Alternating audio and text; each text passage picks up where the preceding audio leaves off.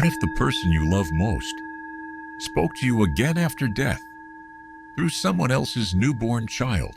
This world took the shape we know in the age of a Buddha called the Pure Lotus Eyes Tathagata. There lived a woman named Bright Eyes, known in Vietnamese as Quang Mục. Bright Eyes was known for her devotion.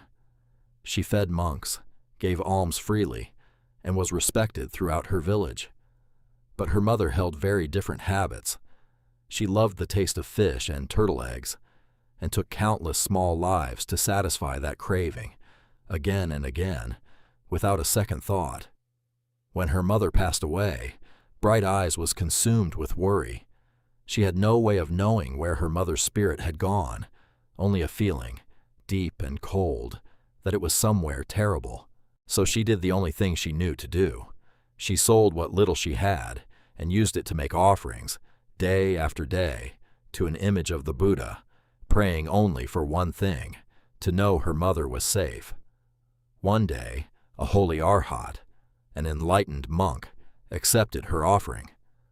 Moved by her sincerity, he asked what she wished for.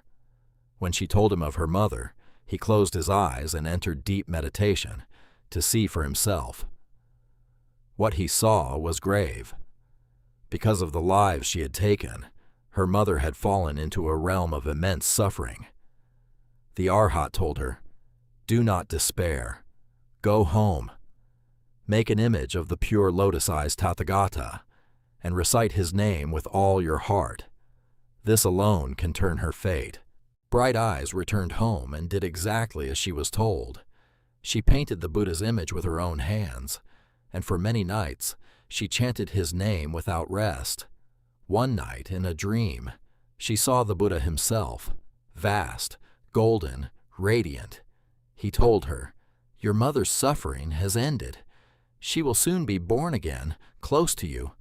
Not long after, a servant in her household gave birth to a son. Within days, the newborn began to speak, and what he said made Bright Eyes weep. "I am your mother," the child said. "I have been freed from great suffering, but reborn like this, into a short and humble life. In 13 years, I fear I will fall back into the same darkness. Is there any way you can help me?" Hearing this, Bright Eyes made a vow before the Buddha's image, not just for her mother, but for every being still trapped in suffering.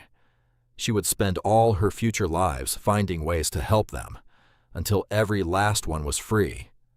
That vow was so vast, so complete, that Bright Eyes herself would one day become the very Bodhisattva we know today, Ksitigarbha, known in Vietnamese as Jia Tong Vuong Bo Tat.